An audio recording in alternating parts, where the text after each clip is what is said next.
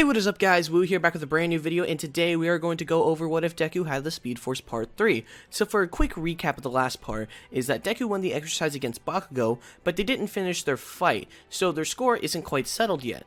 Now with that quick recap out of the way, let's also go into his quirk. His quirk is the Speed Force from the Flash, and for those who don't know who the Flash is, he is a DC Comics character. So in this universe, Deku is a speedster, and he has the powers of the Flash, which are super speed.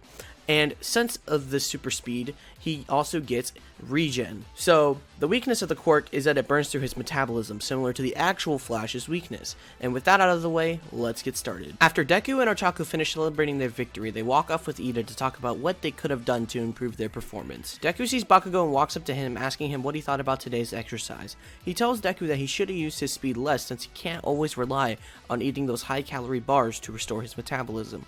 Deku agrees with him and thanks him for the advice, and before it gets all too nice and sappy and cheery, Bakugo tells him that next time they fight, he's going to win. Deku laughs, wishing him good luck for that, and then he watches the rest of Class 1A's fights. A few days later, Deku and the rest of Class 1A get into a bus to head to their new training for the day, which is going to a facility called the USJ. Deku walks into the giant facility and is greeted by the superhero number 13. Deku is freaking out since he had always been obsessed with heroes, but his celebration was short-lived as a portal opens up and he sees a villain with hands all over his body pop out of the portal, saying that they are here to kill All Might. Then all of a sudden, the guy who created the portal comes up to Class 1A, asking them if they're ready to fight for their lives, since they are going to wreak havoc on all of them until All Might arrives. And if they all die, well, All Might will just have to deal with the fact that he wasn't able to save them. Then Bakugo and Kirishima try to attack the guy who created the portal, and their attacks just go straight through him. The portal guy gets upset and attempts to open up all the portals to separate the class. As Deku hears the sound of the portals being creative, he instinctively uses his quirk on his eyes, slowing down his perception of time. He sees the portal forming around them, and he switches quickly for his use of the quirk to be on his feet, so he can run out of there incredibly fast so the portal can't get to him.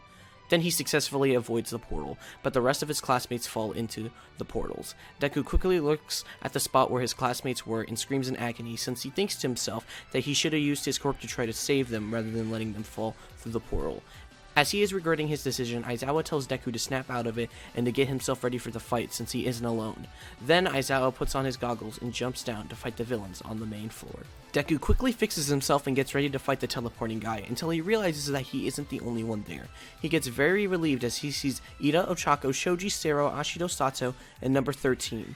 They're there to help him, and then Deku comes up with a plan. 13 gets ready to use his quirk, which is Black Hole, and attempts to suck up the teleporting villain, but sadly it doesn't work, and the teleporting villain redirects the Black Hole to attack 13 instead with a portal. The classmates and Deku look in horror as they spot their teacher falling to the ground, defeated.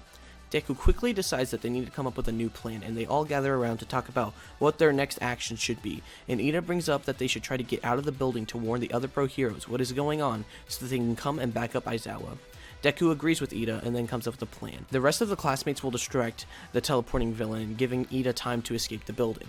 Ida says that he will need to stay back instead, since Deku's quirk is more best suited for this, since he is faster than Ida.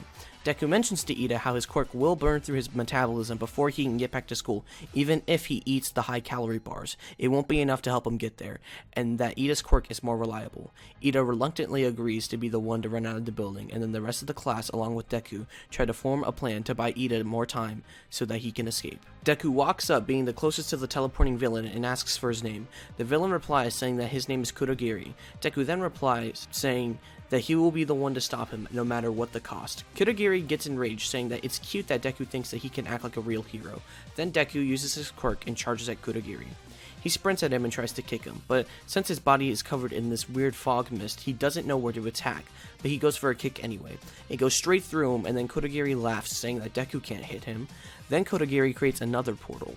Deku starts to worry as he slows his perception of time to see that the portal is forming under his feet. Then he jumps out of the portal's way and tells Ida now. Ida runs as fast as he can to try to get out of there, and then a portal opens in front of Ida. Deku yells to Ida to watch out, but then out of nowhere his classmate Shoji jumps in front of the portal, covering it, letting Ida sprint near to the door. Then Deku charges in for another kick, missing once again, and then Deku gets furious that he's missing his hits, and then tries quickly to think of a new way to attack him, until he sees that Kurogiri is trying to absorb Ida, trying to teleport him into a different place. Then all of a sudden, Ochako touches Kodagiri, making him float. Deku looks in confusion on how she did that, and she explains to him that there's a metal part on his body, and that she was able to touch it, and right as she throws him up in the air, Deku braces himself with his feet and jumps to try to grab the metal part that Ochako was referring to. And then in an instant, he changes where the quirk is being used, and uses the quirk in his eyes, and spots where the metal part was. He grabs it, and then reactivates his quirk, and does a spin throw, throwing Kodagiri onto the floor, causing Kodagiri to scream in pain. Then, Deku grabs the metal part, telling him not to move or else he will attack it, hurting Kodagiri significantly. Then, Kodagiri proceeds to get further enraged as Ida runs out of the building to tell the teachers at the main school building what is going on. Then, as the door closes back up, Deku and his classmates start talking and celebrating until Deku hears the noise of a portal starting to form, and then Deku gets sucked into the portal. Deku lands at an area with plenty of water and starts to fall. Then he sees a villain ready to attack him, but before the villain can get to him, Deku gets saved by Tsuyu. Deku looks relieved as she grabs Deku with her tongue and lands on the ship. Deku starts to tell her that they need to back up Aizawa, and that backup is coming soon, and she shouldn't have to fight for too long, but they need to find a way out of the area since their homeroom teacher, Aizawa, is taking care of a lot of villains by himself. Tsuyu explains to Deku her quirk, and then he quickly comes up with a new plan. Deku opens his pocket and eats half of a high-calorie bar since he had only brought one to the USJ attack, since he didn't think he would need to use his quirk that much, and he knows that he needs to save this one bar as much as possible. Then he readies himself as he mentions to her the plan. He's going to create tornadoes with his hands, hitting the water, messing up its current flow, causing a mini vortex in the water where the villain should fall. Then Tsuyu will use her tongue to wrap around Deku and jump as high as she can to get them out of there. Tsuyu asks if he's ever moved his hands that fast before, and he replies telling her no, but he needs to try since that's the only plan that he can think of to get them out of the area to help Aizawa. Then Deku jumps off the boat.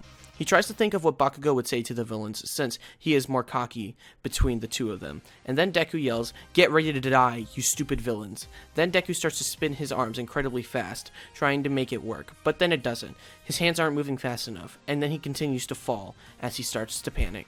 Deku is falling until he calms himself down. He takes a deep breath, feeling the air around him, closes his eyes, becoming one with the wind and air.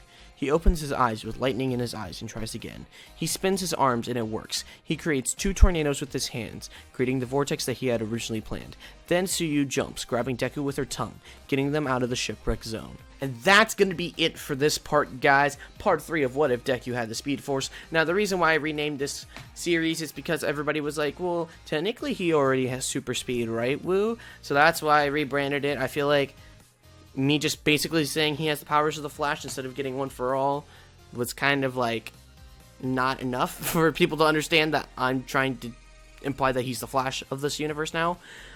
Whatever. So, if you guys liked part 3 and want part 4, let's make this video hit 450 likes. We're going to go for a big like goal this time around. 450 likes. If this video hits 450 likes, I will start producing part 4 of What If Deku Had the Speed Force. So if you guys enjoyed this video, again, be sure to like, favorite, comment, subscribe, and I'll see you guys in my next video, which should be the 3K special on Friday. Peace out.